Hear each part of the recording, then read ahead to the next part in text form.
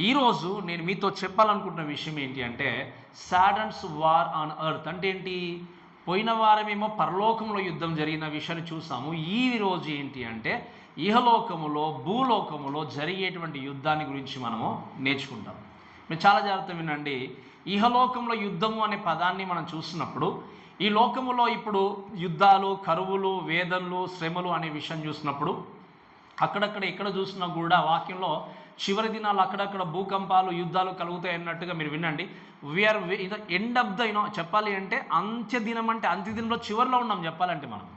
మీకు అర్థమైంది కదా? ఇంకా అంత్యదినాల్లో చివరి దినము అంటే ఇంకా చాలా క్లోజ్గా ఉన్నాం యేసుక్రీస్తు యొక్క రాకడికి.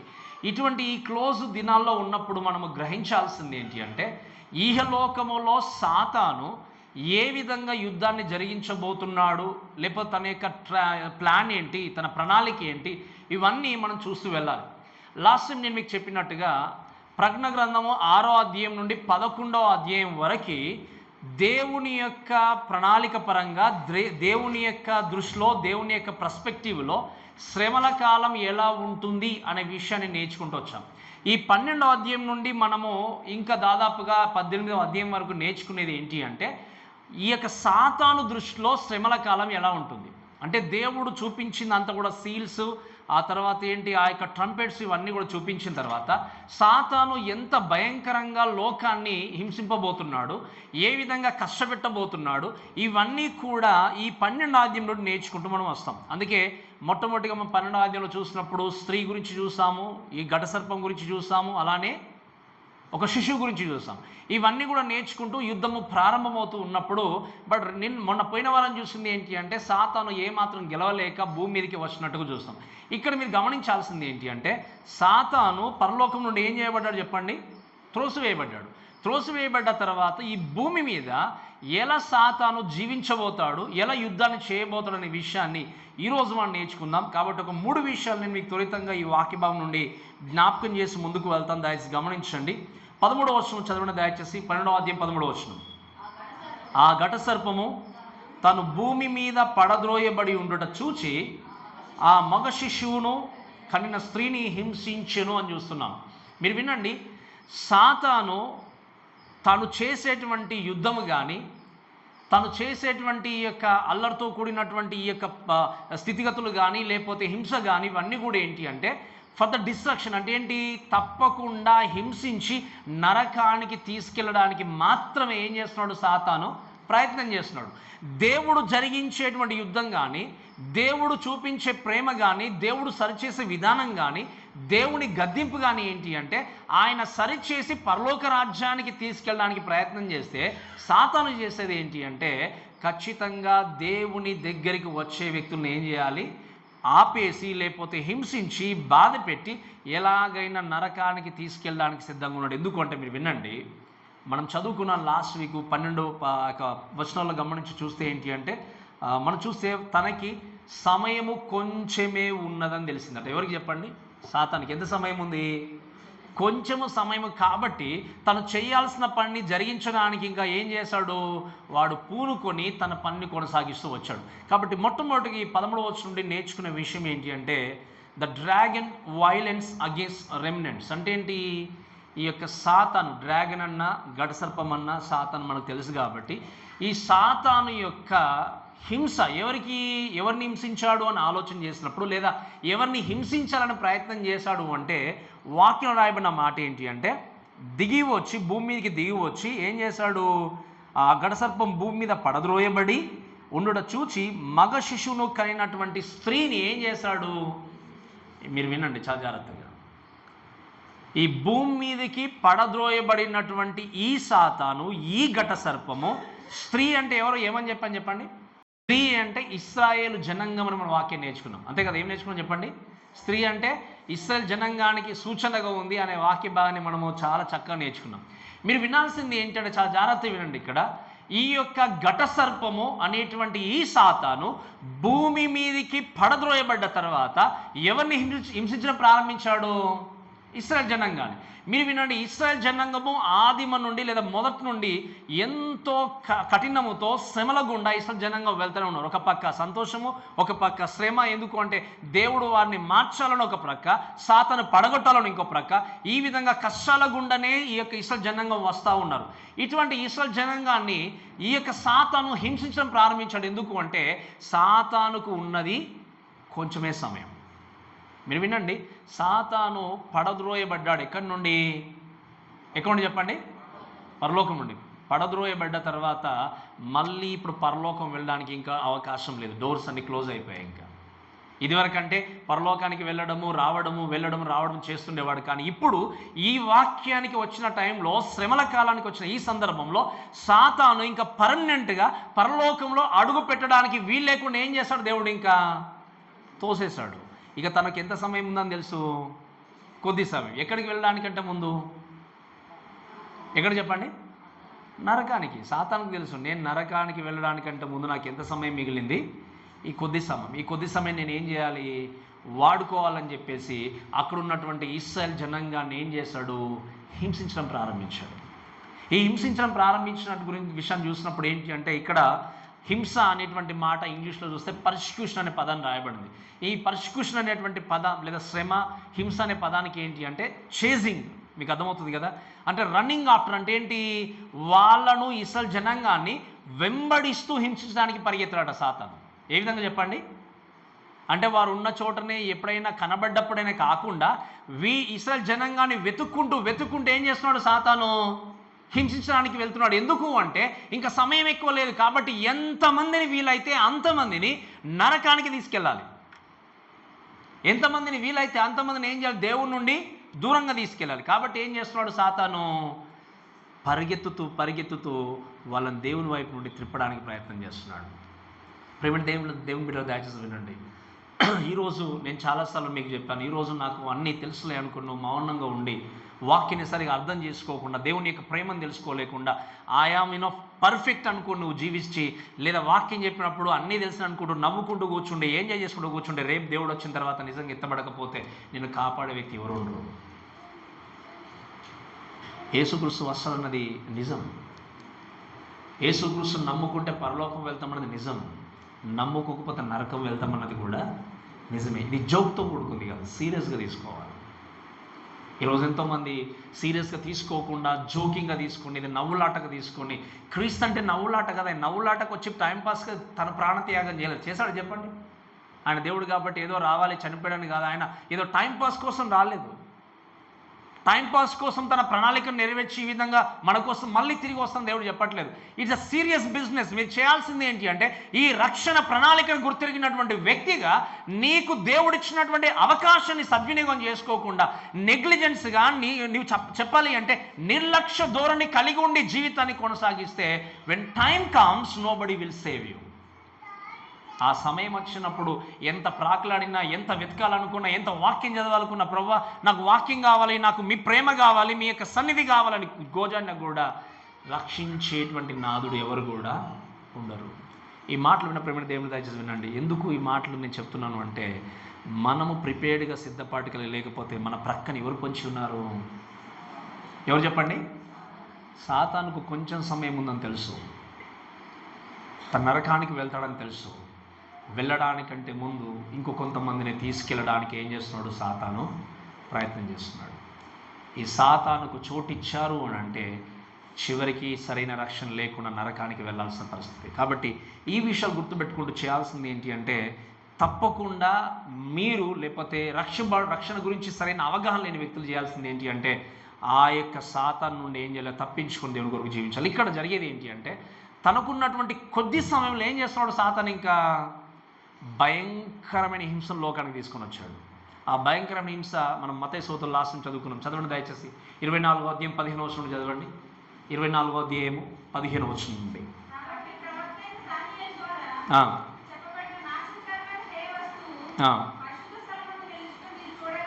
రైట్,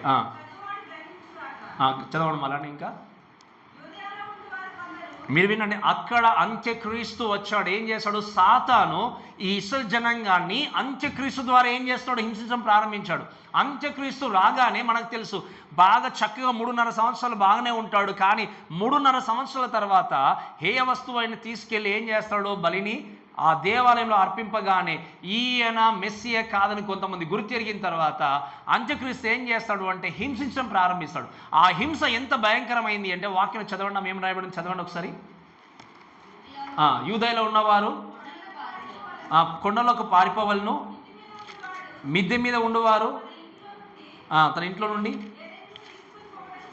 ఏది కూడా తీసుకొని పోవటకు దిగకూడదు. పొలంలో ఉండేటువంటి వ్యక్తులు ఇంటికి రాకూడదు. అయ్యో ఆ దినములలో చదవండమ్మా. పాలిచ్చు వారికి శ్రమ. 21వ వచనం చదవండి. లోకారంభము నుండి ఇప్పటి వరకు అట్టి శ్రమ కలగలేదు, ఇక ఎప్పుడునూ కలగబోదు. ఆ దినంలో తక్కువ చేయబడకపోయిన ఎడల ఏ శరీరం తప్పించుకోండు. ఏర్పరచబడిన వారి నిమిత్తం ఏం జరిగిందో చెప్పండి. ఆ దినంలో తక్కువ చేయబడును. ఇంకా చదవండి. అలానే ఆ కాలం ముందు ఎవడైనా ఇదిగో క్రీస్తు ఇక్కడ ఉన్నాడు అక్కడ ఉన్నాడని చెప్పిన ఎడల నమ్మకుడి. అబద్ధపు క్రీస్తులను అబద్ధపు ప్రవక్తలను వచ్చి సాధ్యమైతే, వినండి మాట జాగ్రత్తగా, సాధ్యమైతే ఏర్పరచబడిన వారిని సహితము మోసపరచుటకై గొప్ప సూచక్రియను మహత్కార్యములను కనపరచును. ఇదిగో ముందుగా నేను మీతో, వినండి చాలా జాగ్రత్తగా. అంత్యక్రీస్తు ద్వారా ఈ యొక్క సాతాను లోకంలో ఉన్నటువంటి జనులను, ప్రత్యేకంగా క్రీస్తును అంగీకరించిన వారిని, ఇశ్రాయేలు జనాంగాన్ని హింసిస్తూ ముందుకు వెళ్తున్నప్పుడు మీరు గమనించాల్సిన విషయం ఏంటి అంటే ఈ యొక్క సాతాను ఏం చేస్తున్నాడట? ఆ యొక్క జనాంగాన్ని మోసం చేయడానికి ఏం చేస్తున్నాడు చెప్పండి? అబద్ధ బోధకులను, నేనే క్రీస్తు అని చెప్పుకునేటువంటి వ్యక్తులు, ఇలా అనేక రకమైనటువంటి అబద్ధ బోధకులను ఏం చేస్తాడు? సాతాను ముందుకు తీసుకుని వస్తాడు. వాక్యం రాయబడిన మాట ఏంటంటే ఈవెన్ ఏర్పరచబడిన వారిని సహితము కూడా సాతాను ఏం చేస్తాడట? ఇప్పుడు చెప్పండి, నాకు అన్నీ తెలుసులే పాస్టర్ గారు, నాకు తెలియంది ఏముంది అని అనుకుంటే ఇక్కడ వాక్యంలో ఏముంది? అఫ్కోర్స్ క్రీస్తుని అంగీకరిస్తే ఆ రోజుల్లోనే ఉండవు. కానీ క్రీస్తును అంగీకరించిన వ్యక్తిగా ఉన్నా కూడా, ఇప్పుడు దేవుణ్ణి నమ్ముకున్న వ్యక్తిగా ఉన్నా కూడా నిన్ను మోసం చేయడానికి సాతాను ఎప్పుడు సిద్ధంగానే ఉంటున్నాడు. ఏర్పరచబడిన వారిని సహితం ఏం చేస్తున్నాడు చెప్పండి? సాతాను మోసం చేస్తున్నాడు. కాబట్టి మీరు గమనించాల్సింది ఏంటి అంటే అక్కడ వాక్యం రాయబడితే అది మహాశ్రమ కాబట్టి పొలంలో ఉన్న వ్యక్తి అక్కడే వెళ్ళిపోవాలి, కొండలకు పారిపోవాలి. కాబట్టి ఏంటి దాని అర్థము?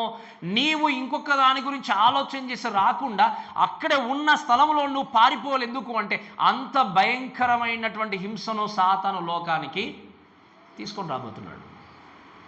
ఈరోజు దేవుని యొక్క వాక్యాన్ని సరిగా గుర్తెరిగి అంగీకరించకపోతే నేనే క్రీస్తుని చెప్పినా గుడ్డిగా నమ్మేస్తాం. ఈ వాక్యం ఏముంది? ఆ వారిని మోసం చేయడానికి మహత్కార్యాలు చేసేటువంటి వ్యక్తులు లోకానికి వస్తారు. ఈరోజు జనులు మహత్కార్యాలు, అద్భుత కార్యాలు చేసి, అందుకే నేను చెప్పాను చాలాసార్లు, ఈవెన్ లాస్ట్ టైం కూడా మనం చదువుకున్నాం, వారి ఇష్టం వచ్చినటువంటి ధోరణితో తమ వాక్యాన్ని వక్రీకరించి అబద్ధమైనటువంటి బోధనల చేత బోధించే వాళ్ళు ఎక్కువ అవుతారు. అందుకే చాలాసార్లు మీరు చూడండి, వాక్యములో ఉన్నదాన్ని నమ్మేటువంటి జనాంగం కంటే వాక్యంలో లేని దాన్ని నమ్మే క్రైస్తవులు ఎక్కువ ఉన్నారు ఈ కాలంలో. ఎందుకో తెలుసా? ఆ వ్యక్తి చెప్తే ఖచ్చితంగా దాంట్లో నిజం ఉంటుందండి, దాంట్లో తప్పు ఉండదు కదా. ఉన్నారు లేరు ఇటువంటి వాళ్ళు? మనం వాక్యం చదవం, మనకు వాక్యంతో సంబంధం లేదు, కానీ ఆ వ్యక్తి చెప్పాడంటే అది కరెక్టే. ఇంకా ఎందుకు? వాళ్ళు ఎప్పుడో నమ్ముకున్నారు దేవుణ్ణి, ఎన్నో సంవత్సరాల క్రిస్టియన్స్ వాళ్ళు చెప్పడం తప్పేముంటుంది. అందుకే నేను చాలాసార్లు చెప్పాను, ఏ వ్యక్తి నేను పరలోకం తీసుకెళ్ళాడు ఇది యొక్క వాక్యాన్ని సరిగా నువ్వు గుర్తిరగకపోతే, అందుకే యేసుక్రీస్తు అన్నాడు, మార్కు సువార్త మనం నేర్చుకుంటున్నాం, మానవులు కల్పించినటువంటి పద్ధతులు దేవోక్తులని బోధించడం మొదలుపెట్టారట. ఏం చెప్పండి? మనుషులు ఏర్పరిచినటువంటి పద్ధతులు ఏం చేశారు? దేవోక్తులని ఏం చేస్తారు? బోధించడం మొదలుపెట్టినప్పుడు అక్కడ ఉన్నటువంటి కొంతమంది జనము, వాక్యం తెలియనటువంటి జనము, అవును ఇది కరెక్టే కదా అని ఏం చేశారు చెప్పండి? ముందుకు వెళ్ళిపోయారు. అందుకే యేసుక్రీస్తు అంటాడు ఈ పరిసయ్యులను సదుకాలను చూసి, మీలాంటి మూర్ఖపు జనాంగం ఎదుట కాబట్టి ఉన్నారు కాబట్టి ఈ తరములో సూచక్రియలు మీకు జరిగించను అన్నాడు దేవుడు డైరెక్ట్. కానీ మనం వాక్యం చదువుతామా? చదవము. ఎవరిది చెప్పినా, ఎవరు గుడ్డికి చెప్పినా దాన్నే ఫాలో చేసి పరిగెత్తం తప్ప వాక్యమవుతే ఇది కరెక్ట్గా ఉందా లేదా, ఇది సరిచూసుకోవాలి లేదా. అందుకే చెప్తాం, మీరు వినండి. అంత్యకాలంలో యేసుక్రీస్తు వచ్చిన టైంలో నువ్వు దేవుని దగ్గర నిలబడ్డప్పుడు దేన్ని నువ్వు అనుసరించి నడిచావు అని దేవుడు క్వశ్చన్ చేసినప్పుడు ఆ ప్రశ్నకు సమాధానం ఏంటి? నువ్వు డేర్గా ధైర్యంగా నిలబడి చెప్పగలవు, ప్రభా అవునైనా మీరు చెప్పిన వాక్యాన్ని బట్టి నేను జీవించాను, నాకు ఎన్ని కష్టాలు ఎదురైనా, శోధనలు ఎదురైనా, నన్ను ఎవరు ఆదరించకపోయినా, నా ప్రక్కన ఎవరు నిలబడకపోయినా, ఒంటరిగా అయినా నేను మీ వాక్యాన్ని ఫాలో చేసిన ప్రభు. మీరు ఎంతమంది చెప్పాలి ఇక్కడ ఉన్న వాళ్ళు? ఈరోజు జనం కోసం చూస్తున్నావేమో, లేకపోతే పలుకుబడి కోసం చూస్తున్నావేమో, లేకపోతే నన్ను ఆదరించే వారి కోసం చూస్తున్నాం. వినండి, క్రీస్తు కంటే ఎక్కువ మిమ్మల్ని ఎవరు ఆదరించరు. క్రీస్తు కంటే గొప్ప. అందుకే మీరు చూడండి, యేసు క్రీస్తు is alone can save your life, not can, ఈ విల్. మీకు అర్థమవుతుంది కదా, ఈ ఈజ్. మీరు ఆలోచించే, ఆయన తప్పకుండా, ఆయన మాత్రమే నీ జీవితాన్ని మార్చగలడు, ఆయన మాత్రమే నీ బ్రతుకుని చేంజ్ చేయగలడు, ఆయన మాత్రమే నిన్ను మార్చి, నీ జీవితాన్ని మార్చి పరలోకానికి తీసుకెళ్ళగలిగే ఏకైక వ్యక్తి ఎవరు అంటే ఆయన మాత్రమే. ఎందుకు వాక్యం ఉంది, నేనే మార్గమును సత్యమును జీవమును, నా ద్వారా తప్ప తండ్రి దగ్గరికి. ఇవన్నీ మనకు తెలిసిన తర్వాత కూడా ఇంకా కూడా లోకంలో మనం ఏం చేస్తాము, వేరే మీద డిపెండ్ అయ్యి పరిగెత్తు మానవులు కల్పించిన పద్ధతుల మీద కాన్సన్ట్రేషన్ చేసి దేవుణ్ణి సంతోషపెట్టడం మర్చిపోతాం. మీరు వినండి, ఒక్కసారి మీ హృదయాన్ని పరీక్షించుకోండి. నిజంగా దేవుని దగ్గర నిలబడినప్పుడు నా వాక్యాన్ని అనుసరించి జీవించావంటే నీ సమాధానం ఏంటి? ఈరోజు ఇక్కడ మనం అవమానాల గుండా వెళ్ళినా పర్లేదు, బాధల గుండా వెళ్ళినా పర్లేదు, మనల్ని దూషించినా పర్లేదు, అక్కడ సంతోషంగా ఉండాలి. ఇక్కడ మనల్ని ఎవరు నొప్పించినా, బాధ పెట్టినా, ఏం జరిగినా మనం అందరం ఏం చేయాలి, వాటిని ఓర్చుకుంటూ సహిస్తూ ముందుకెళ్ళాలి. ఎందుకు అంటే అక్కడ నువ్వు తలెత్తుకొని దేవుని దగ్గర ఏం చేయగలవు చెప్పండి, సమాధానం చెప్పుకోగలవు. ఈ మాటలన్నీ వింటూ మీ హృదయాన్ని పరీక్షించుకోవాలి. ఏంటి అంటే సాతాను ఎప్పుడు మనం వెంబడి ఉన్నాడు. దేనికి? నాకు అన్నీ తెలుసు అనుకున్న మోసం చేయడానికి సిద్ధంగా ఉన్నాడు. కాబట్టి ఈ విషయాలు గుర్తుపెట్టుకుంటూ మనం ముందుకు వెళ్ళాలి. ఎందుకు అంటే మీరు వినండి, ఈ వ్యక్తి అబద్ధ బోధకులు, ఇంకా అంత్యక్రీస్తు, అంతేకాకుండా చూస్తే ఏముంది, నేనే క్రీస్తు అని చెప్పుకుంటూ మోసం చేసేటువంటి ద్వారా ఎంతో భయంకరమైనటువంటి హింసను లోకంలోనికి తీసుకొని రాబోతున్నాడు. మీరు వినండి, దేవుడి కొరకు ఆ సిచ్యువేషన్ వచ్చినప్పుడు మనం ఎలా జీవిస్తామని అనుకున్నప్పుడు మీరు వినండి, ఎంతోమంది తమ జీవితాల్ని త్యాగము చేసి మన ముందు ఆల్రెడీ ఒక మాదిరికర జీవితాన్ని చూపించారు. ఒకే ఎగ్జాంపుల్ చెప్పి ముందుకెళ్తాను. క్రీస్తు శకము 117వ సంవత్సరంలో అట్లూస్ అనేటువంటి ఒక వ్యక్తి, లియోన్ అనేటువంటి ఫ్రాన్స్ దేశంలో ఉన్న ఒక పట్టణంలో క్రీస్తు శకము 177వ సంవత్సరంలో ఆయన ఏం చేశారు అంటే, ఒక అంపి థియేటర్ అంటే ఇలా మనము ఆడుకునేటువంటి స్పోర్ట్స్ ఆడుకునేటువంటి ఒక స్టేడియం లాగా ఉన్నటువంటి స్థలంలోనికి ఐరన్ చైర్లో ఆయన కట్టేసి తీసుకొచ్చారు. దేంతో చెప్పండి? ఐరన్ చైర్లో, ఇనుముతో ఉన్నటువంటి ఆ ఇనుప చైర్లో కుర్చీ మీద కట్టేసి తీసుకొచ్చి ఏం చేశారంటే పైన కింద అంతా కూడా బొగ్గు బూసి పెట్టేశారు. అది పెట్టేసి ఎండలో అలా పెట్టేసి వదిలేసిన తర్వాత ఆ యొక్క ఐరన్ వేడెక్కినా కొలది ఏం జరుగుతుందో చెప్పండి, ఈ బొగ్గులన్నీ కూడా అలా కొంచెం అలా వెళ్ళి మొత్తం బర్న్ అవుతూ ఉంటే ఇదంతా కూడా చూసి సంతోషించి ఏం చేశారు అంటే చప్పట్లు కొడుతూ ఉండిపోయారు. దానికి కారణం ఇది, ఎందుకు బర్న్ చేయాల్సి వచ్చింది, ఆయన ఎందుకు అలా చంపేయాల్సి వచ్చింది అంటే ఆయన చెప్పిన ఒక మాట ఏంటి అంటే, నేను విగ్రహారాధన చెయ్యను. ఏమన్నాడు చెప్పండి ఆయన? మీరు సృష్టించినటువంటి విగ్రహారాధన నేను చేయను. ఈరోజు మన జీవితంలో అన్ని చక్కగా ఉన్నాయని అనుకుంటూ ముందుకు వెళ్తున్నాం.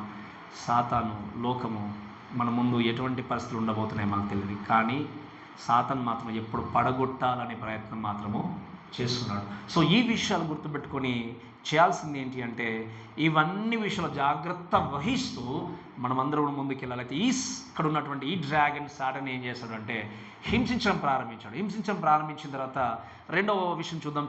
చదవండి 14వ వచనంలో, అందువలన ఆమె అరణ్యంలో ఉన్న తన చోటికి ఎగురున్నట్లు గొప్ప పక్షిరాజు రెక్కలు 2 ఆమెకి ఇయ్యబడిను. అచ్చట ఆ సర్పముఖమును చూడకుండా ఆమె ఒక కాలంలో అర్ధకాలము పోషింపబడును అని ఉంది. ఈ మాట, రెండవ మాట ఏంటి అంటే, ఇక్కడ మొట్టమొదటిగా సాతాను హింసించడం మొదలుపెట్టాడు. రెండవది ఏంటి అంటే గాడ్స్ ప్రొటెక్షన్. ఏంటి? God's protection of his remnants. అంటే దేవుని యొక్క తన శేషం పట్ల దేవుడు ఏం చేశాడు, తనకు శేషాన్ని, తన ప్రజల్ని ఆయన రక్షించుకుంటూ మొదలుపెట్టాడు. సాతాను ఒక ప్రక్కన హింసించడం మొదలు పెడితే దేవుడు ఏం చేశాడు, రక్షించాడు.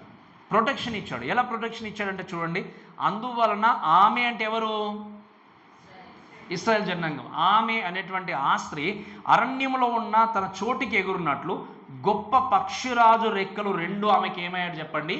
ఇయ్యబడును. ఈ పక్షిరాజుల రెక్కల గురించి అంటే నిజంగా ఆ స్త్రీలాగా ఉంది, ఆమెకు 2 రెక్కలు వచ్చాయని చెప్పి మళ్ళీ అనుకోకండి, మీకు అర్థమవుతుంది. కానీ నేను లాస్ట్ టైం చెప్పాను, కొన్ని సింబాలిక్గా కొన్ని ఇమాజినరీగా దేవుడు వాడినప్పుడు వీటిని మీకు అర్థం కావాలంటే ఒక మాట చదవండి దయచేసి.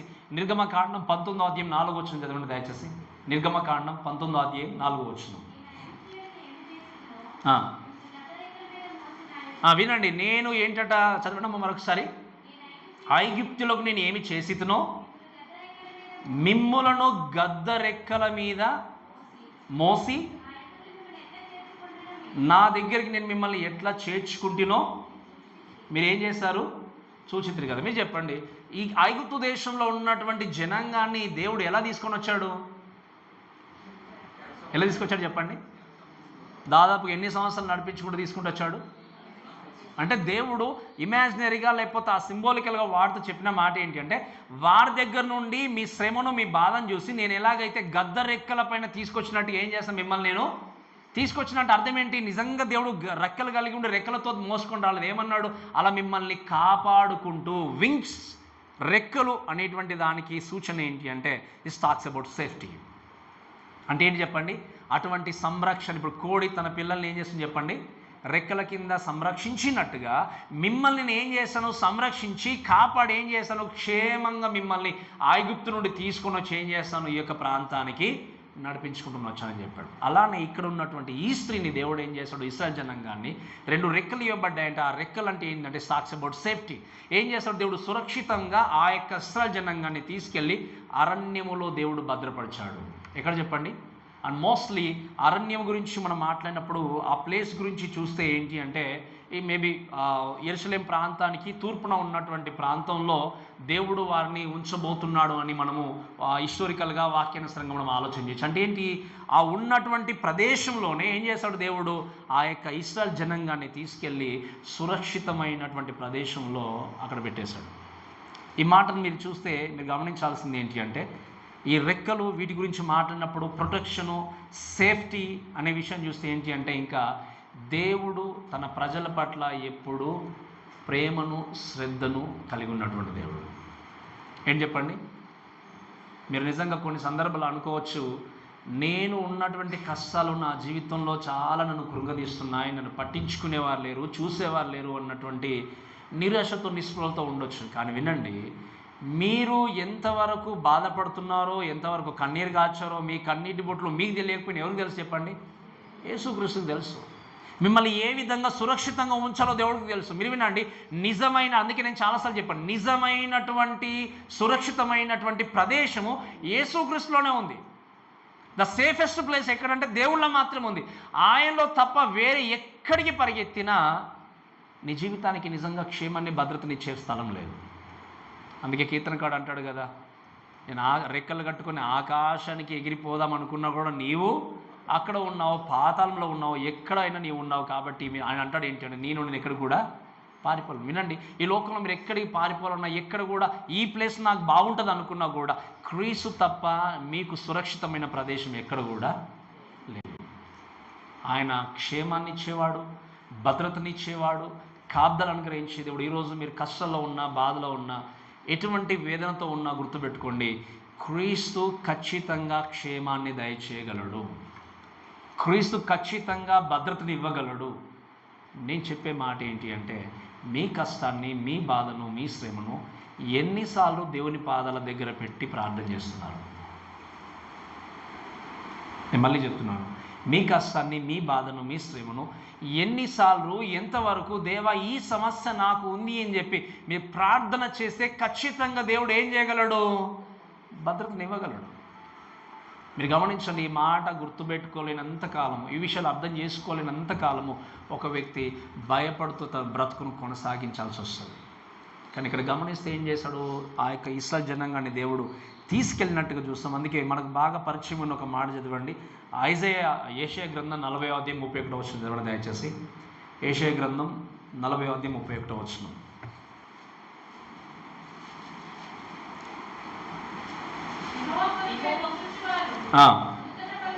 నూతన బలాన్ని పొందుదురు, పక్షిరాజు వలె రెక్కలు చాచి. వినండి, ఇక్కడ దేవుడు మొట్టమొదటి ఇక్కడ ఈ మాట అంటే ఇక్కడ ప్రకటన గ్రంథంలో చూసినప్పుడు ఏం చేస్తాడు, రెక్కల ద్వారా ఏం చేస్తాడు, ప్రొటెక్ట్ చేసినట్టుగా అంటే సంరక్షించినట్టుగా చూస్తాము. ఈ రెక్కల గురించి మాట్లాడినప్పుడు మనకు బాగా పరిచయం ఉన్న మాట 40వ అధ్యాయంలో చూస్తాము. ఇక్కడ యెషయా గ్రంథంలో మీరు పక్షిరాజు వల్ల ఏముంది వాక్యంలో, రెక్కలు చాపి పైకి. ఈ పక్షిరాజు అనేటువంటి ఈ పదాన్ని చూసినప్పుడు ఇంకా ఓల్డెస్ట్ ఏన్షియంట్ కైండ్ ఆఫ్ లాంగ్వేజ్లో ఏమంటారంటే ఇట్స్ ఎ గ్రాఫోన్ అంటారు. అంటే లైక్ ఏంటంటే it's like a type of vulture. ఈ యొక్క పక్షి గురించి మాట్లాడితే ఏంటి అంటే దాదాపుగా 4 అడుగుల పొడవు ఉంటుందట. అంతేకాకుండా 10 అడుగుల వెడల్పు. అంటే దాని రెక్కలు ఎంత పెద్ద ఉంటాయి చెప్పండి, 10 అడుగుల వెడల్పు. అంటే ఇటువంటి స్ట్రెంగ్త్, అంటే అటువంటి పక్షి లాంటిదంతా దేవుడు తీసుకొచ్చి అటువంటి పక్షిలాగా ఉందని చెప్పట్లేదు, కానీ అటువంటి సేఫ్టీని, అటువంటి భద్రతను దేవుడు ఏం చేశాడు, దయచేసి ఈ యొక్క జనాంగాన్ని తీసుకెళ్ళి అరణ్యంలో సురక్షితమైన ప్రదేశంలో ఏం చేశాడు, దేవుడు పెట్టేసినట్టుగా చూస్తాం. మీరు వినండి, ఆ స్త్రీని, ఆ జనాంగాన్ని, ఆ ఇస్రాయేల్ జనాంగాన్ని హింసిస్తున్నప్పుడు సాతాను దేవుడు వదలకుండా చూస్తూ వారిని విడిచిపెట్టకుండా భద్రతను, కాపుదలను అనుగ్రహిస్తూ తీసుకెళ్ళి ఏం చేశాడు, అక్కడ పెట్టేశాడు. పెట్టేసినప్పుడు మీరు వినండి, ఆ పెట్టినటువంటి ప్రదేశము సాతానుకు తెలియదు. ఎవరికి తెలుసు చెప్పండి, ఇంకా ఎవరికైనా తెలుసు అంటారా? పెట్టినటువంటి ప్రదేశము సాతానుకు తెలియదు, ఈవెన్ మిఖాయేలుకు కూడా తెలియదు. అంటే ఏ దూతలకు కూడా తెలియదు. ఏ దూతలకు తెలియని విధంగా ఏం చేస్తాడు దేవుడు, ఆ ప్రొటెక్షన్ అనుగ్రహించి తీసుకెళ్ళి ఏం చేస్తాడు, అరణ్యములో భద్రపరిచాడు.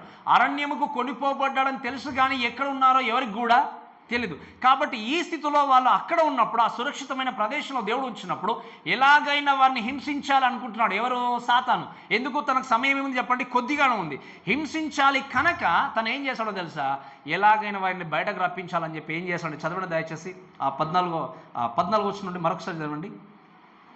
అందువల్ల అరణ్యంలో ఉన్న తన చోటుకి ఎగురున్నట్లు గొప్ప పక్షుల రెక్కలు 2 ఆమెకి ఇవ్వబడి, అచ్చట ఆ సర్పమును చూడకుండా ఆమె ఒక కాలంలో అర్ధకాలం పోషింపబడును. అంటే ఒక కాలము అంటే 1 సంవత్సరము, కాలములు అంటే 2 సంవత్సరాలు, అర్ధకాలం అంటే హాఫ్ ఇయర్, అంటే 3.5 సంవత్సరాలు ఏం చేస్తున్నాడు దేవుడు, ఆ యొక్క ఇశ్రాయేలు జనాంగాన్ని పోషిస్తున్నాడు. ఏంటి చివరి ఆ యొక్క శ్రమల కాలం ఎన్ని సంవత్సరాలు చెప్పండి, మొత్తము 7 సంవత్సరాలు.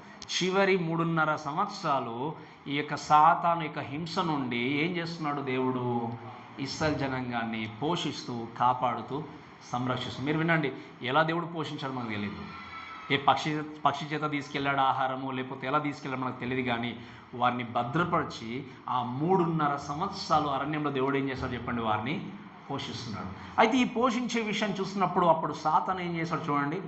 కావున 15వ వచనం, ఆ స్త్రీ ప్రవాహమునకు కొట్టుకొని పోవాలని ఆ సర్పము తన నోటి నుండి ఏంటంటే చెప్పండి, నది ప్రవాహంగా ఆమె వెనుక వెళ్ళగ్రక్కెను గాని అంటున్నాం. మీరు వినండి, ఫస్ట్ ఏంటి, హింసించడం ప్రారంభించాడు సాతాను. అప్పుడు దేవుడు ఏం చేశాడు, రెక్కలు కలిగినటువంటి విధంగా దాన్ని పోల్చి తీసుకెళ్ళి అరణ్యంలో వదిలేశాడు.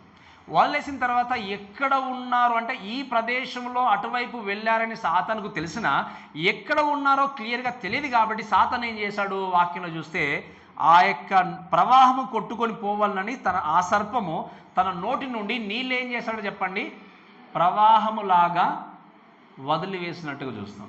ఈ ప్రవాహములాగా వదిలివేసినట్టుగా అనే మాట చూసిన తర్వాత ఇది వదిలివేయడం ఎందుకు అంటే మీరు వినండి, ఒకవేళ జలప్రలయంలాగా వదిలేసినట్టు అవుతే అక్కడ ఉన్నటువంటి జనాంగం అంటే మీరు వినండి, ఇక్కడ వదిలివేయడం అంటే సాతాను మళ్ళీ ఒక ఘట సర్పంలాగా, మీకు చెప్పాను లాస్ట్ టైం, ఘట సర్పం అంటే నిజంగా ఆ తలలుండి కనబడుతున్న రూపం కాదు, కానీ దేవుడు ఏం చేశాడు, ఆ విధంగా పోల్చాడు. ఇక్కడ కూడా నీళ్లు ప్రవహింపజేస్తున్నాడు అంటే అర్థం ఏంటి, ఈ నీళ్ళు వచ్చి మొత్తం అరణ్యంలోనికి వెళ్ళాయని కాదు, కానీ తన ఆర్మీని ఏం చేశాడు, పంపించాడు. ఎవరు? సాతాను. అంటే ప్రవాహములాగా తుడిచిపెట్టుకొని పోయే విధంగా అన్ని కోట్ల మందిని మనం చూస్తాము. ఒకేసారి 20 కోట్ల మందిని రిలీజ్ చేసినట్టుగా చూస్తాం కదా.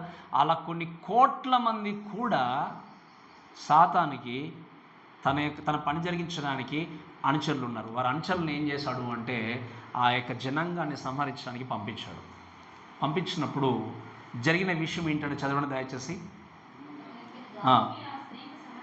భూమి ఆ స్త్రీకి సహకారి అయి తన నోరు తెరిచి ఏం చేసి చదవండి అలానే.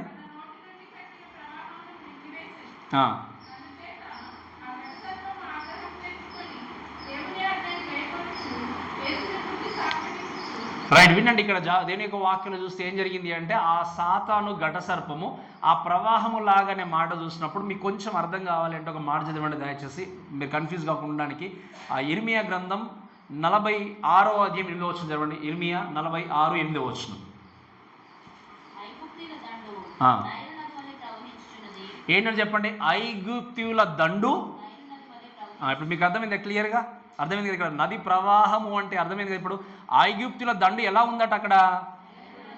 అంత ప్రవాహంలో పరిగెత్తుకొని వెళ్ళి శత్రువులు ఉన్నటువంటి వారిని ఏం చేయాలి?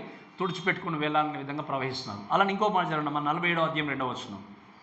అదే గ్రంథం, ఇర్మియా గ్రంథం 47వ అధ్యాయం 2వ వచనం.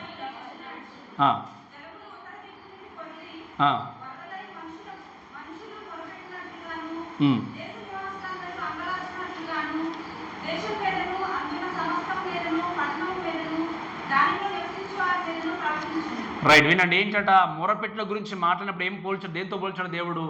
జలములు వచ్చినట్టుగా ఇవి జరుగుతున్నాయి అని ఏం చేశాడు దేవుడు? పోల్చి మాటలు రాశాడు. అంటే ఈ మాటలన్నీ మనం బైబిల్లో కొన్ని వర్షాలు చూసినప్పుడు ఆయన సింబాలిక్గా, ఇమాజినరీగా ఈ విషయాలు చెప్పినప్పుడు ఏంటి అంటే దాని అర్థం ఏంటి అంటే, అంత భయంకరంగా అంటే ఇప్పుడు దండంతా నిజంగా ఇప్పుడు చీమల దండులాగా వస్తుంది అంటే చీమలు వస్తున్నాయని కాదు కదా, చెప్పినాడు. మీకు అర్థమైంది కదా? చీమలు అంటే అంత గొప్పగా ఒక ప్రవాహంలాగా వాటర్ ఎంత చాలా ఫాస్ట్గా వస్తున్నాయో అలా ఈ యొక్క దండంతా కూడా ఏంటి, నీటి ప్రవాహము ఏం చేశారో సాతాను యొక్క సైన్యం అంతా కూడా ఆ యొక్క వెతుక్కుంటూ వెళ్ళారు. కానీ అక్కడ జరిగింది ఏంటి అంటే, భూమి ఆ స్త్రీకి అంటే ఇశ్రాయేల్ జనాంగానికి సహకారి అయి తన నోరు తెరిచి ఆ ఘట సర్పము తన నోటి నుండి ఏంటి కక్కినటువంటి ప్రవాహమును వినండి. అంటే ఈ యొక్క భూమి ఆ స్త్రీకి ఆ జనాంగానికి ఏం జరిగింది? సహాయం చేసింది. ఒక మంచి ఎగ్జాంపుల్ మనకు తెలుసు బైబిల్లో. ఇశ్రాయేల్ జనాంగాన్ని తరుముతూ వచ్చాడు ఎవరు? ఫరో రాజు. ఎన్ని రథాలు తీసుకొని వచ్చాడు చెప్పండి? తెలుసా మీకు ఎన్ని రథాలు? 600 రథాలు వేసుకొని పరిగెత్తుకుంటూ వచ్చాడు. ఎగ్జాక్ట్లీ ఎర్ర సముద్రం దగ్గరికి రాగానే వెనుక చూస్తే సైన్యం ముందు చూస్తే ఏమని చెప్పండి? సముద్రం ఉంది. సో మనకు తెలుసు వాళ్ళ సముద్రం నుండి దాటి బయటకు వెళ్ళగానే సముద్రం ఏం చేసింది చెప్పండి? వారిని మృంగి వేసినట్టు చూస్తాం. మేబీ ఇస్ మైట్ బి ఇక్కడ ఆలోచన చేసినప్పుడు అలానే మనము దేవుని యొక్క వాక్యంలో ఇంకొక సందర్భంలో చూస్తాం. అయితే దేవుని యొక్క వాక్యంలో మనం ఆలోచన చేసినప్పుడు ప్రత్యేకంగా సంఖ్యాకాండం 16వ అధ్యాయంలో గమనిస్తే కోరాహు, అబిరాము, దాతాను ఈ ముగ్గురు కూడా ఏం చేస్తారు అంటే, మోషే, అహరోను దేవుని చేత ఏర్పరచబడినటువంటి ఈ జనాంగాన్ని లేకపోతే మోషను, అహరోను చూసి వాళ్ళు ఏమంటారు అంటే, ఒక మాట చూడండి దయచేసి. ఆ 16వ అధ్యాయంలో ఒక మాట చూడండి. సంఖ్యాకాండము 16వ అధ్యాయము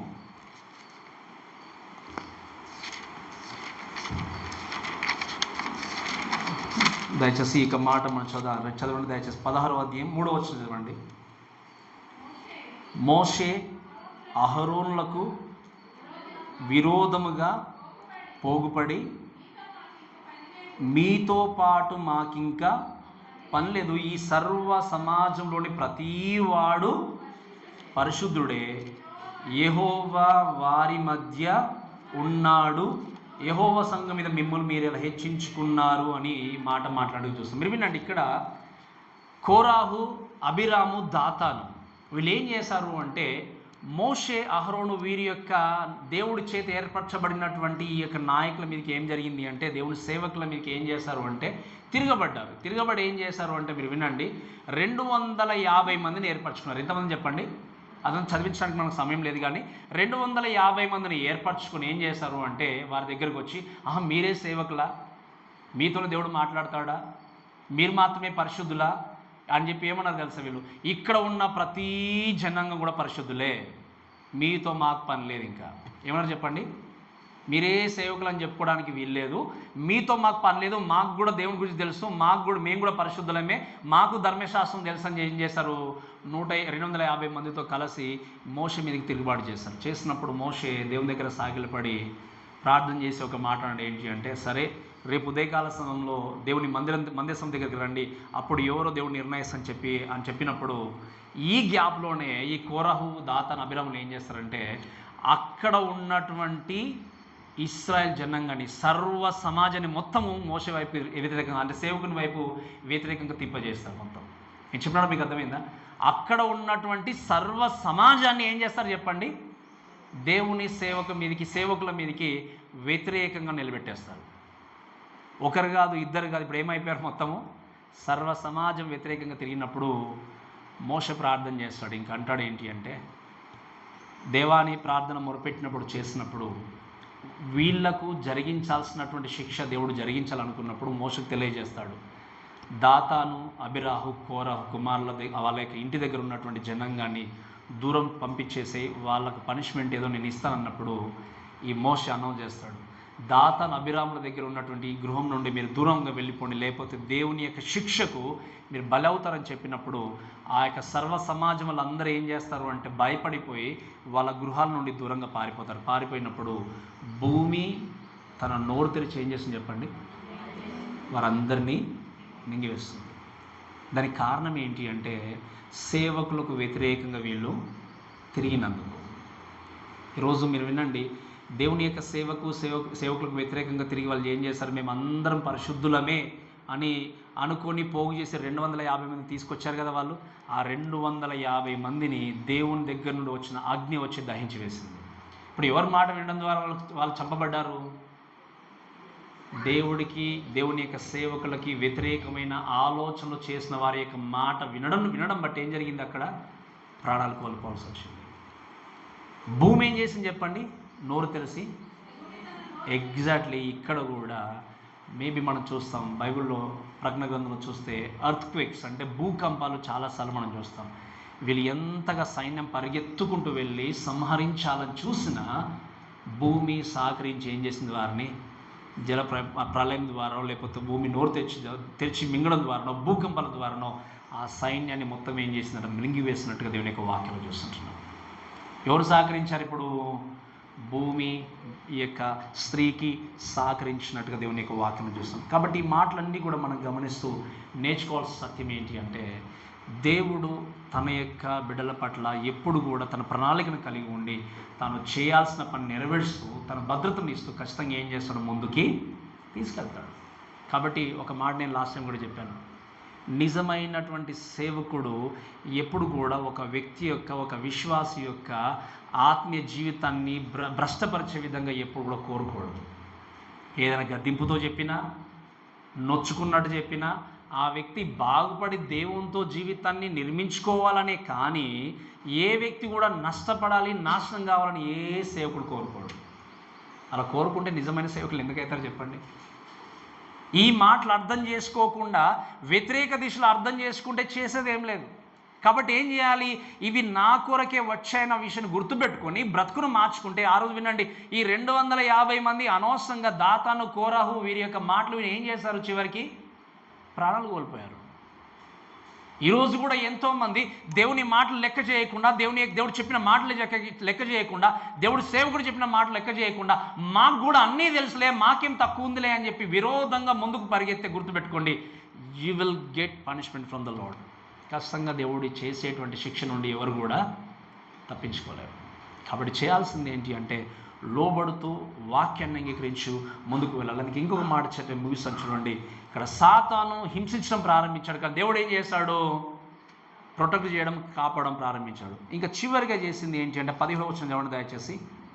అందుచేత ఆ ఘట సర్పము ఆగ్రహము తెచ్చుకొని దేవుని ఆజ్ఞలను గైకొనుచు యేసును గూర్చి సాక్ష్యం ఇచ్చుచున్న వారైన ఆమె సంతానంలో శేషించిన వారితో యుద్ధము చేయుటకై బయలువెడలి సముద్ర తీరంలో నిలిచినట్టుగా చూస్తాం. So dragon Saturn's fury against the remnants అంటే ఏం చేశాడు? ఇంకా సాతాను భయంకరంగా ఆగ్రహము తెచ్చుకొని ఏం చేశాడు? ఇంకా చివరిగా సాతాను యొక్క ఆగ్రహం, తన సైన్యాన్ని పంపిస్తే సైన్యం అంతా నాశనం అయిపోయారు, అంటే ఓడిపోయారు. ఓడిపోయిన తర్వాత ఇంకా చాలా కోపం తెచ్చుకున్నాడు, ఆగ్రహం తెచ్చుకొని ఏం చేశాడు అంటే చూడండి, దేవుని ఆజ్ఞలు గాయకొనుచు యేసును గూర్చి సాక్ష్యం ఇచ్చుచున్నా, అంటే మీరు వినండి, దేవుని ఆజ్ఞలు గైకొనేవారు మీరు చూస్తే ఇశ్రాయేల్ జనాంగం కానీ, అంటే ఇశ్రాయేల్ జనాంగంలో ఉన్నటువంటి వాళ్ళు మెస్సియాను గుర్తిరిగి నమ్మినటువంటి వ్యక్తులే కానీ, అన్యులు విశ్వసించిన అన్యులే కావచ్చు, అక్కడ ఉన్నటువంటి ఏ వ్యక్తి అయినా కూడా క్రీస్తు యొక్క మాటలు విశ్వసించిన వారిని, యేసు క్రీస్తును గుర్చిన సాక్ష్యం అంటే ఏంటి? ఆయన లోకానికి వచ్చాడు, మరణించాడు, తిరిగి లేచాడు, ఆ రక్షణ ప్రణాళికను గురించి సాక్ష్యం ఇస్తున్నటువంటి ప్రతి వ్యక్తిని ఏం చేస్తాడు? యుద్ధము చేయాలని చెప్పి బయలువెడలి సముద్ర తీరమున నిలిచినట్టు చూస్తాం. మీరు చూడండి, ఒక్క క్షణమైన వేసి చేస్తున్నాడు సాతాను ఇక్కడ. అయినా సాతానుకు తెలుసు నేను ఓడిపోతానని. నేను చెప్పిన మాట మీకు అర్థమవుతుందా? అయినా సాతానుకు తెలుసు నేను ఓడిపోతానని తెలిసినా కూడా ఏంటి అంటే, కనీసం ఓడిపోయే ముందు కొద్ది జనంగానే నేను ఏం చేస్తాను, తీసుకెళ్తాను కదా అని చెప్పేసి తన ప్రయత్నాన్ని విరమించుకోకుండా పరిగెడుతూనే ఉన్నాడు. అందుకే మీరు గమనిస్తే ఈ మాట బట్టి చూసే విషయం ఏంటి అంటే, ఇక్కడ నిలబడి వారి మీద యుద్ధం చేయాలని చూసినా ఆ యుద్ధంలో సాతాను గెలవలేడు. ఎందుకు అంటే సాతాను యొక్క అంతిమ తీర్పు, ఆ డెస్టినేషన్ చాలా దగ్గరలో ఉంది. ఎన్ని ప్రయత్నాలు చేసినా సాతానికి విజయం పొందుకోలేడు. ఎందుకంటే దేవుడు తన ప్రొటెక్షన్ ఇస్తూ తీసుకెళ్తూ ముందుకెళ్తున్నాడు. ఈ మాటలు వింటున్న వ్యక్తులుగా దయచేసి మనందరం మరొకసారి పరీక్షించుకుంటూ ముందుకు వెళ్దాం. సాతాను ఎప్పటికప్పుడు నీ మీద ప్రయోగాలు చేసినా, శోధించాలని చూసినా, if you are chosen by God, Satan cannot touch you. దేవుడు నిన్ను నిజంగా ఏర్పరచుకుంటే, నిజంగా నువ్వు దేవుని యొక్క రక్షణ ప్రణాళికలో ఉంటే, నువ్వు రక్షింపబడిన వ్యక్తివైతే, ఎన్ని శోధనలు సాతాను కలిగించినా నీ జీవితం పైన విజయాన్ని పొందుకోలేడు. ఈరోజు మీరు చెప్పండి, సాతాను అంటే ఎవరికి? సాతాను యొక్క క్రియలు అంటే ఎవరికైనా భయం ఉందో చెప్పండి. ఇక్కడ ఎవరైనా భయపడే విధంగా ఉన్నారా? సాతాను అన్నా, సాతాను యొక్క క్రియలు అన్నా. ఇప్పుడు అందుకే కొంతమంది మనం క్రైస్తవులను కూడా చూస్తాము, భయముతో ఏదో ఒకటి కట్టుకోవడం చూస్తాం. కాలుకో, చేతికో, ఇంటికి లేకపోతే వేరడం, సీక్రెట్ కట్టుకోవడమో, అంటే ఇంకా ఈ సోమవారాలని, మంగళవారం, ఇవన్నీ మంగళవారం, బుధవారం ఇవన్నీ చేసేది ఉంటే సాతాను భయపడేవాళ్ళు. అంటే దేవుడు నిజంగా వారికి చోటు అనేది వారి హృదయంలో లేదు. నిజమైన క్రైస్తవుడు సాతానుకు భయపడడు. ఎందుకు చెప్పండి? అపవాదిని ఎదిరించుడి, అప్పుడు వాడు మీ యొద్ద నుండి ఎవరు ఎదిరిస్తారు? దేవుడు వచ్చి ఎదిరిస్తారని చెప్పలే. ఏమన్నాడు చెప్పండి? మీరు ఎదిరించండి, వాడు ఏం చేస్తాడు మీ దగ్గర నుండి? ఈ భయము అనేది ఒకవేళ కలిగి ఉండకుండా ఉంటున్నామంటే యు ఆర్ సేవ్డ్. టెన్షన్ ఉండొచ్చు, నిరాశ ఉండొచ్చు, నిస్పృహ ఉండొచ్చు, కానీ సాతాను నన్ను ఏం చేస్తాడన్న భయం మాత్రం ఉండకూడదు. ఎందుకంటే వాడు ఎంత ప్రయత్నం చేసినా నువ్వు నిజంగా రక్షింపబడిన వ్యక్తివి అయితే నీ మీద విజయాన్ని పొందుకోలేడు. ఎన్ని శోధనలను కల్పించవచ్చు, ఎన్ని రకాల విషయాలన్నీ నీకు అవసరం లేనివి, అనవసరమైనవి, ఇష్టం లేనివి తీసుకొచ్చి ముందు పెట్టవచ్చు. కానీ వాటిలో పడిపోయినా వెంటనే తిరిగి లేచి దేవునితో సంబంధాన్ని కట్టుకుంటావు. ఎందుకు అంటే నీలో పరిశుద్ధాత్మ దేవుడు వర్క్ చేస్తాడు కాబట్టి. ఒకవేళ పరిశుద్ధాత్మకు చోటు లేదు అంటే నీకు రక్షణ లేదు అన్నట్టు. నువ్వు దేవుని చేత ఎన్నుకున్నబడ్డ వ్యక్తిగా ఉన్నావంటే, ఆ ఎన్నుకున్నబడ్డాన్ని దేవుని చేత ఎన్నుకోబడ్డ వ్యక్తిని నువ్వు తెలుసుకోవాలి అంటే, ఆ రక్షణ గుర్తిరిగి ఆయన నమ్మకించి నువ్వేం చేయాలి? తప్పకుండా ముందుకు సాగాలి. కాబట్టి ఈరోజు చూడండి, నువ్వు ఈ లోకంలో సంభవించేటువంటి ఎన్నో విషయాలను చూసి, పర్సిక్యూషన్స్ ఉంటాయి, శోధనలు ఉంటాయి. మళ్ళీ చెప్తున్నాం వినండి, మనందరము కూడా రేపో మాపో ఈరోజు ఎవరికి సంబంధించిన విధంగా వారు ఖచ్చితంగా శ్రమల గుండా వెళ్ళాల్సి వస్తుందేమో, రాదో నాకు తెలియదు. కానీ ఎన్ని శ్రమలు వచ్చినా, శోధనలు వచ్చినా మనం తట్టుకొని నిలబడుతూ దేవుని కొరకు ముందుకు సాగుతూ సాక్షాత్తంగా నిలబడాలి. ఎందుకు అంటే మనకు తెలుసు, అంత్య దినాల్లో అనేక విధాలుగా శ్రమలు, శోధనలు వచ్చినప్పుడు వాక్యం ఒక మాట ఉంది, అంత్య దినాల్లో అనేకుల ప్రేమ చల్లారిపోతుంది. ఇంకెందుకులే ఇంత కష్టంగా నిలబడడం ఎందుకు దేవుని కొరకు? ఉన్న ఒక్క జీవితంలో ఇంకా బ్రతకంతా శ్రమల గుండా, కష్టాల గుండా, కన్నీరు గుండా కార్చుకుంటూ వెళ్ళిపోయినా ఇక నా జీవితానికి విముక్తి ఎందుకుంది, ఇంకెందుకు ఆ దేవుడు అనేవాళ్ళు కూడా ఉంటారు కొంతమంది. మీరు విన్నారు ఎప్పుడైనా మాట? ఉన్నది ఒకటే జీవితం అనుకున్నప్పుడు ఇక జీవితాంతం కష్టపడే దేవుడు అటువంటి దేవుడు నాకు అవసరం లేని వాళ్ళు ఉన్నారు కొంతమంది. విన్నారు ఈ మాట కొంతమంది దగ్గర? నాకు ఎప్పుడు చూసినా సంతోషం కావాలి, ఆశీర్వాదం కావాలి, అవి ఇచ్చే వ్యక్తి అయితే నాకు చాలు, నేను ఎప్పుడు చనిపోతానో బ్రతుకునో దేవుడికి తెలుసు, ముందైతే అనుభవించాలంటారు కొంతమంది. కానీ మీరు వినండి, నేను మళ్ళీ చెప్తున్నాను, పరలోకం అనేది నిజము, నరకం అనేది కూడా నిజమే. ఈ రెండు అబద్ధాలు కావు. మనం రక్షింపబడ్డామన్నది ఎంత నిజమో, ఆయన లోకానికి వచ్చి ఖచ్చితంగా మనం తీసుకెళ్తాడన్నది కూడా అంతే నిజం. కాబట్టి మన జీవితాల్ని సిద్ధపరచుకుంటూ, ప్రిపేర్ చేసుకుంటూ, మన ప్రక్కన ఒక ప్రక్కన సాతాను శోధించడానికి సిద్ధంగా ఉన్నా, హింసించడానికి సిద్ధంగా ఉన్నా కూడా మనల్ని రక్షించుకున్న దేవుడు నా పక్షాన ఉండి యుద్ధం జరిగిస్తున్నాడనే విషయం గుర్తుపెట్టుకొని ఆయన కొరకు సాక్షులుగా నిలబడుతూ ముందుకు సాగుదాం. కాబట్టి ఈ మాటలను మనల్ని దేవుడు దీవించి ఆస్వాదించును కాక. ఆమేన్.